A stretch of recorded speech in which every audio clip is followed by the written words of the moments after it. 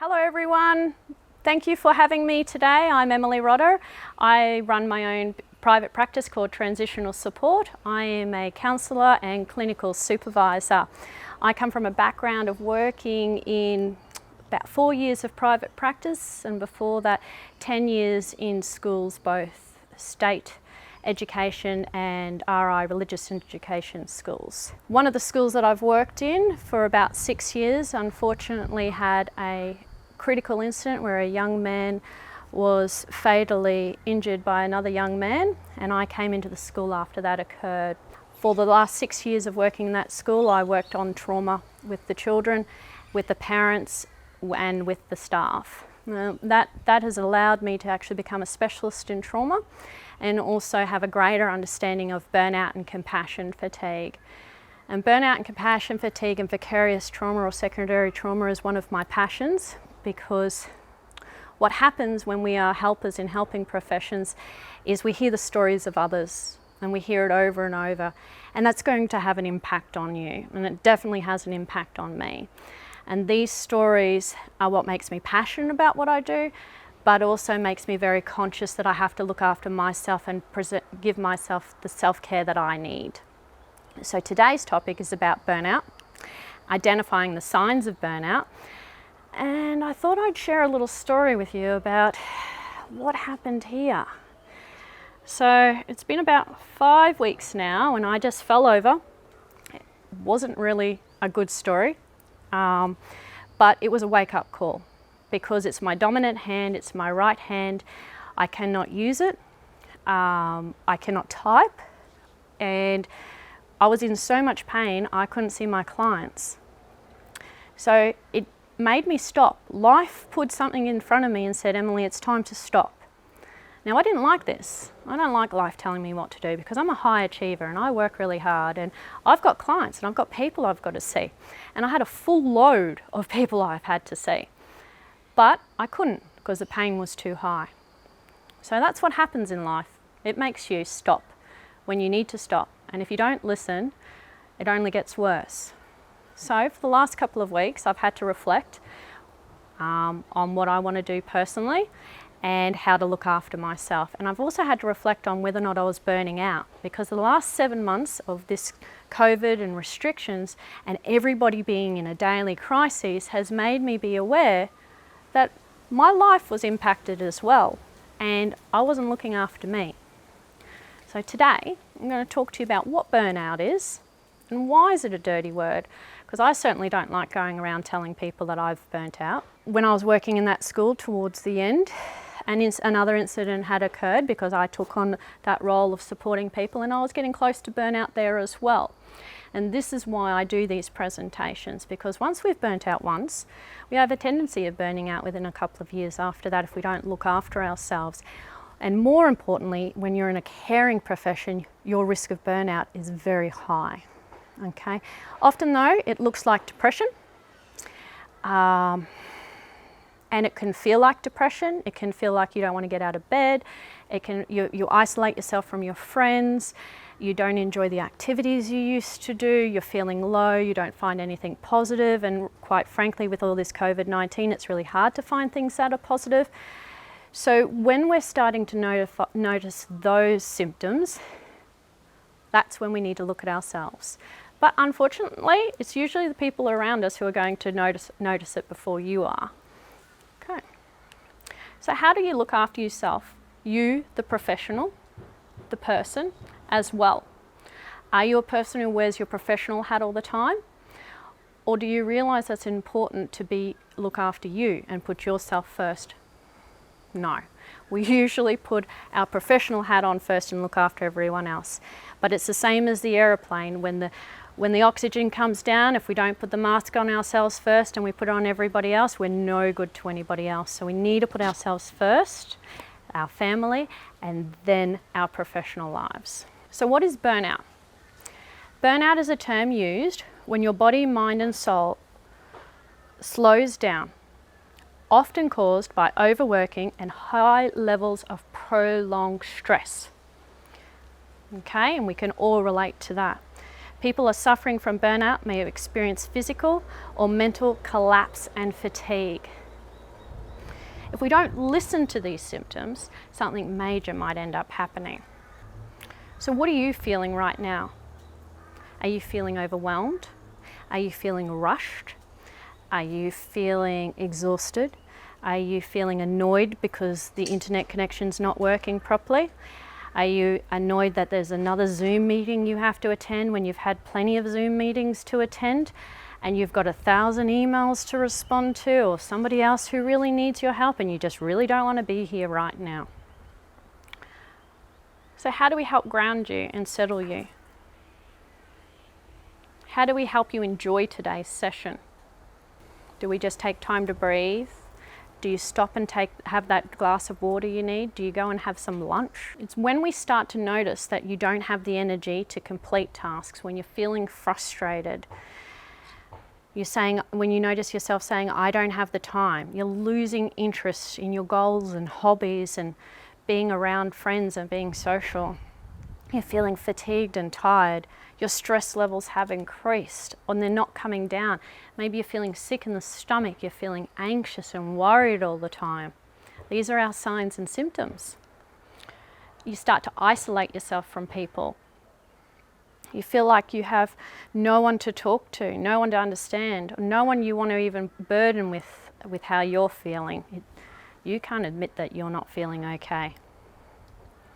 You're feeling this huge pressure to succeed, to get all these tasks done. All of a sudden, work's giving you all these extra tasks you never had before. It's like you had to learn how to use Zoom overnight, and you had to learn how to record things overnight. It's just all too much. You're not sleeping properly. So, I don't have the time. I'm too busy. These are all common phrases in family households. We're all feeling this way. So how do we speak up? How do we say, I need help? How do we know that we're feeling this way? Is it burnout? Is it getting close to it? Is that just a symptom? Are we feeling a bit compassion fatigued? So everyone in helping professions will experience burnout. High achievers will as well, because we're driving ourselves to succeed. Statistically, before COVID-19, it was 27% of Australians who would experience burnout. Now, this is grossly underreported, because I don't want to tell people I'm not burnt out. I might not have a job if I told people I was burnt out. How would that look if I can't cope? My job is the helper. I'm to cope. Now, I openly talk about my burnout because I can admit it to people. So hopefully that when you're experiencing some of these signs and symptoms we're going to go through today, you might be able to put your hand up and ask for help before something just happens to you. So you are a professional, you're a person as well, but often we only put our professional hat on and we're too busy worrying about everybody else in our care. And there's a lot of people that we support, and there's a lot of people we've been supporting for the last 7 months. And it looks like it's probably going to go for the next 2 years. Not only that, is some of the supports we've got in place for ourselves seem to have just disappeared. We might not be able to catch up with family or friends or take that break away because we've been under restrictions. All those sorts of things that we would normally put in place to look after our own self-care has kind of been restricted. So today's presentation is about looking at what do you do to help you with your self-care? What is burnout, so that you can identify it, because a lot of people feel like burnout looks like depression, feels like depression, has similar symptoms, and that might be even a bit more scarier for us. So we need to look at ourselves in that self-reflective place and space and sort of say, what is going on for us right now? So I also talk about this other topic called compassion fatigue. So burnout versus compassion fatigue. Now, compassion fatigue has similar symptoms to burnout. Compassion fatigue is a preoccupation with absorbing the trauma and emotional stress of others. Now, this is really important for the job that we do, because we're hearing people's stories. Now, it might have been before COVID-19, it was hard enough hearing people's stories, and we were getting the supports we needed to help other people in our care. Maybe we were doing our supervision and we were doing our professional development and we were going away and having breaks from work. But since then, everybody's been in crises. And that's pretty much a daily crisis. And now we're starting to see the impact of job loss, marriage breakdowns, relationship breakdowns, and also not only with the people in our care, but the people in our own lives. So this is when we start to get a bit of outbalanced. We have a bit of imbalance in our own lives, in our professional lives. So how do we bring all that back? Because before all of this, we'd probably go away for the weekend, have a long weekend, have a bit of a break. Now we're not getting that break. We've been solidly working. So, compassion fatigue is defined as the emotional residue of exposure of working with those suffering from the consequences of traumatic events. The prolonged exposure from listening to clients' traumatic stories makes you susceptible to compassion fatigue and is not easily identifiable. Like I said, it's when we're feeling like we're exhausted. You could be even caring for somebody who's terminally ill or somebody who's incredibly ill, and an elderly parent. All of these things can take away from us because we're giving our compassion constantly, hence the word compassion fatigue. We are fatigued from giving. So when do we give back? If we keep emptying our bucket, when do we refill it? So some unhelpful things, and for some triggers, is we work longer hours. We don't delegate. We don't take breaks. We don't say no. Okay? We bottle up our feelings. We procrastinate and avoid. We be perfectionists. How long do we need to work on that newsletter for? All that email we're sending out to somebody. We take work home, or we don't know our balance between work and home life. We take on social justice issues. We don't talk about it. So, compassion fatigue is a state experienced by those helping people or animals in distress. It is an extreme state of tension and preoccupation with the suffering of those being helped, to the degree it can create a secondary traumatic stress for the helper. So it is important, so very important in our roles, to make sure we are looking after ourselves first and then the people in our care, and that includes our family and friends. It's a hard one for many people to accept. Secondary trauma is the emotional and psychological effects experienced through the indirect exposure to the details of the traumatic experiences of others. In my role, I hear a lot of trauma because I am a trauma counsellor. In your role, you'll be hearing a lot of traumatic stories as well. And these are people you've known for a long time. These are people that you care about. How do you debrief this information? It's your role to keep the secrets of others. But is it? Because holding on to that responsibility and not sharing that is where we start to burn out. This is where we talk about supervision. Supervision is the ability to have a supervisor where we can talk through our cases, talk through how we're experiencing this information and how we're processing this information so that we can look after ourselves as well.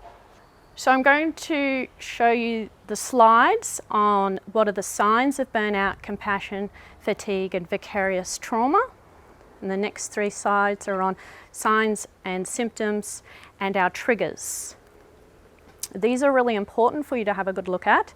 So some of our signs of burnout are the fatigue that I've been talking about and the frustration. Our compassion fatigue is feeling that sadness and grief, avoiding or dreading to working with some people. Now that's actually a really important one, is we might have a client in our care or a person in our care and they've come to you today with another problem that you've heard it before and you've heard before, and all of a sudden you're just irritated and annoyed. Now this is not you being bad at what you do. This is a sign of your compassion fatigue. You are exhausted. So if you're feeling like this, you need to talk to somebody about how you're feeling, and this is quite normal. It doesn't mean you're not good at what you're doing. And the very tricky one I would like you to be mindful is that vicarious trauma, when you're feeling anxious or sad, or that you're feeling apathy, loss of control, trust and independence, somatic responses. Now these are really important. When someone's telling you their story and you feel a somatic response, that is a body response within your body. So you might feel sick in the stomach, you might want to feel like you might want to vomit, you might feel sore in the throat. So there's a lot of body responses we can have when we're hearing people's stories.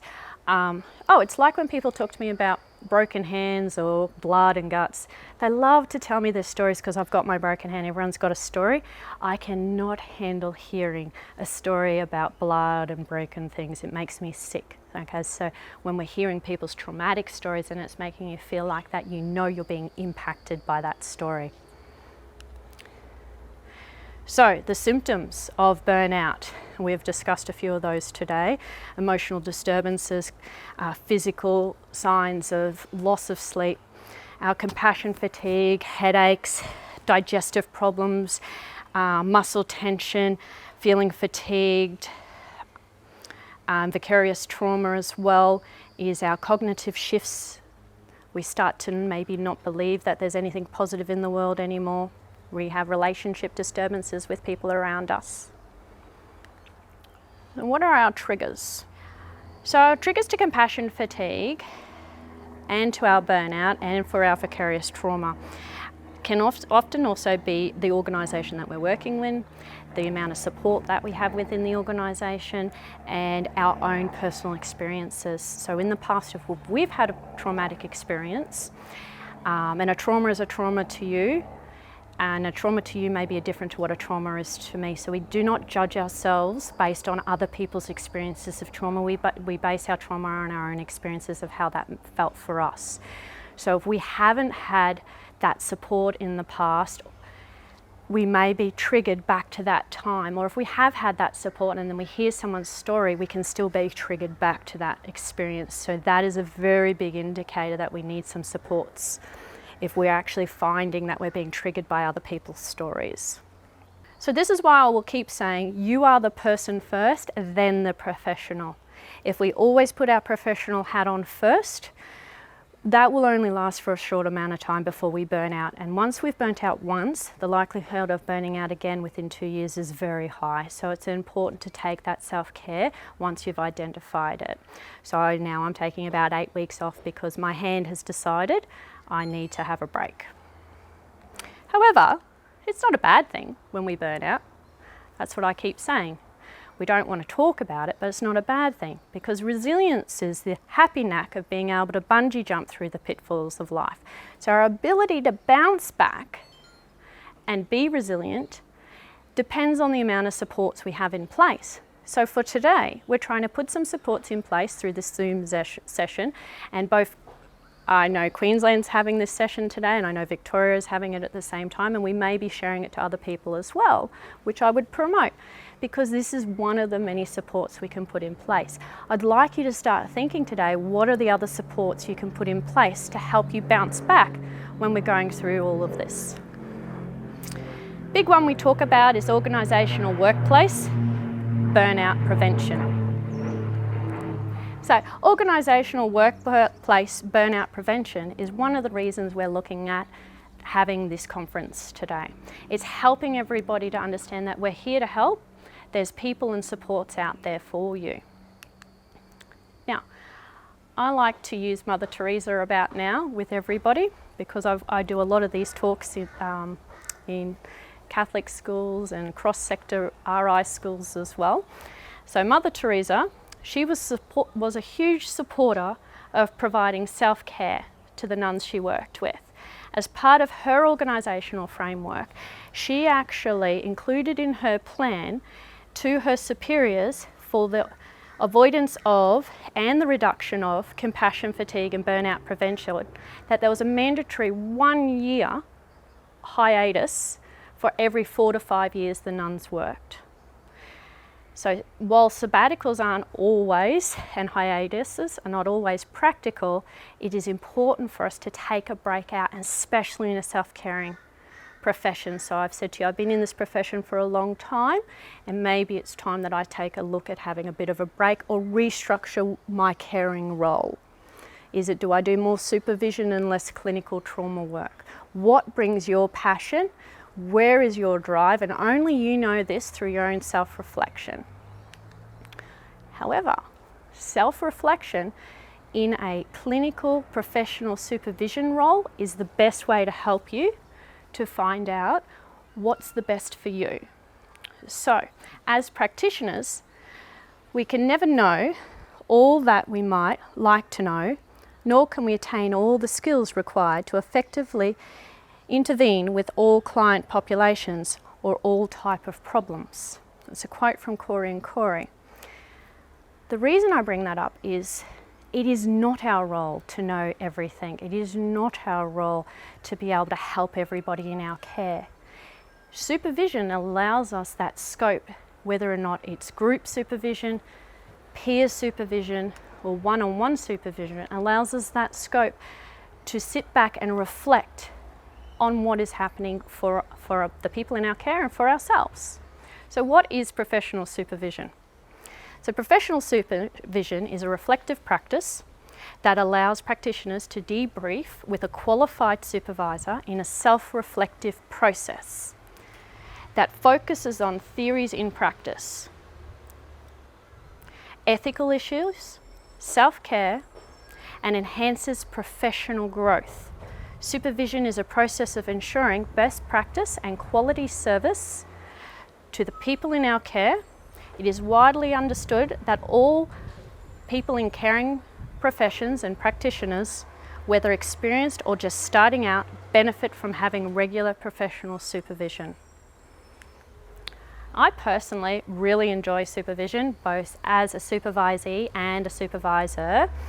And one-on-one supervision gives me great energy because I get to draw upon the person and their belief and their theory system and them as a person on their role. But I also really enjoy group supervision. It allows me to sit in a group of no more than 10, less is good. And we can each share our experiences where nobody's the expert, but everybody can share a part of what's happening for them and what they'd like support with. And peer supervision, maybe you have somebody that you like to work closely with, that you can meet up with regularly and discuss things. But you know what? We always feel like we don't want to burden somebody else. And this is why professional structured supervision is important, because that's our role. It's like when people come to you to talk to you. They know that you can help them. Now the other one is, how do we break down the barriers of supervision?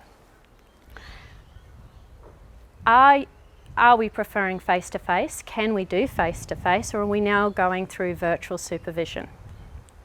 A lot of people enjoy virtual. I've always done virtual supervision when I was working in busy schools because it allowed me to log on, and this was before COVID, and it allowed me to put that hour's time aside, or that hour and a half time aside, while still being at school in a period that I could make it. And then I could go do my other activities after my supervision. So I just blocked out that time.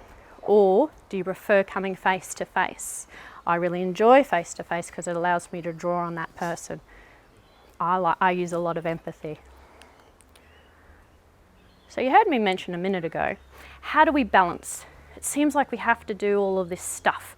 We have to do all the demands of our job. We have to see all the people who want to come and see us. We have a family life. Oh, I'm sounding exhausted already. Well, now that's a problem if I'm sounding exhausted by all of that. Okay, that is a good sign that I need to reflect on what's happening for me. So what does work-life balance look like for you? What will work for you? How do you put these extra, if they feel like extra things, or aren't they? Or are we enjoying the things we need, like the PD today? We're enjoying catching up with everyone because we haven't seen them in person for a long time. And now's an opportunity, and we've put that time aside. So everything your clients come to you and all the great supports you put in place for them and suggest for them, you need as well. So what have you put in for you? Have you eaten? Have you slept? Are you unwell? And if you are unwell, have you taken time off? Or are you still trying to push through? And I understand pushing through because when I broke my hand, I still had a full load of clients, about 6 a day. I couldn't see more than 3, but I felt that they were in crises, even though I was in crises. How do I stop and say, I can't do this? How do I get them in a position where they can help themselves? But the reality is, what happens if I wasn't around to help them?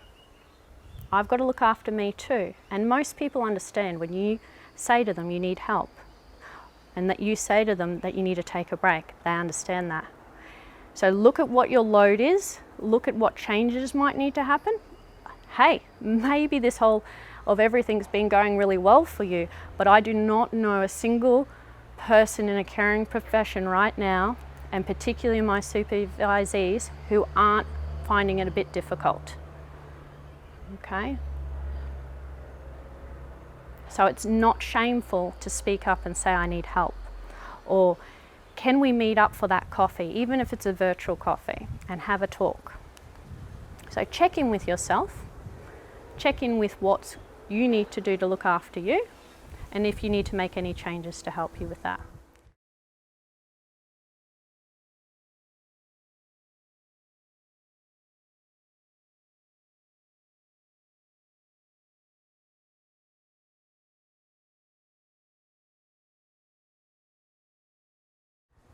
Now today, you're going to do some breakout rooms, and I've prepared a few activities. Nathan and I have done this work together.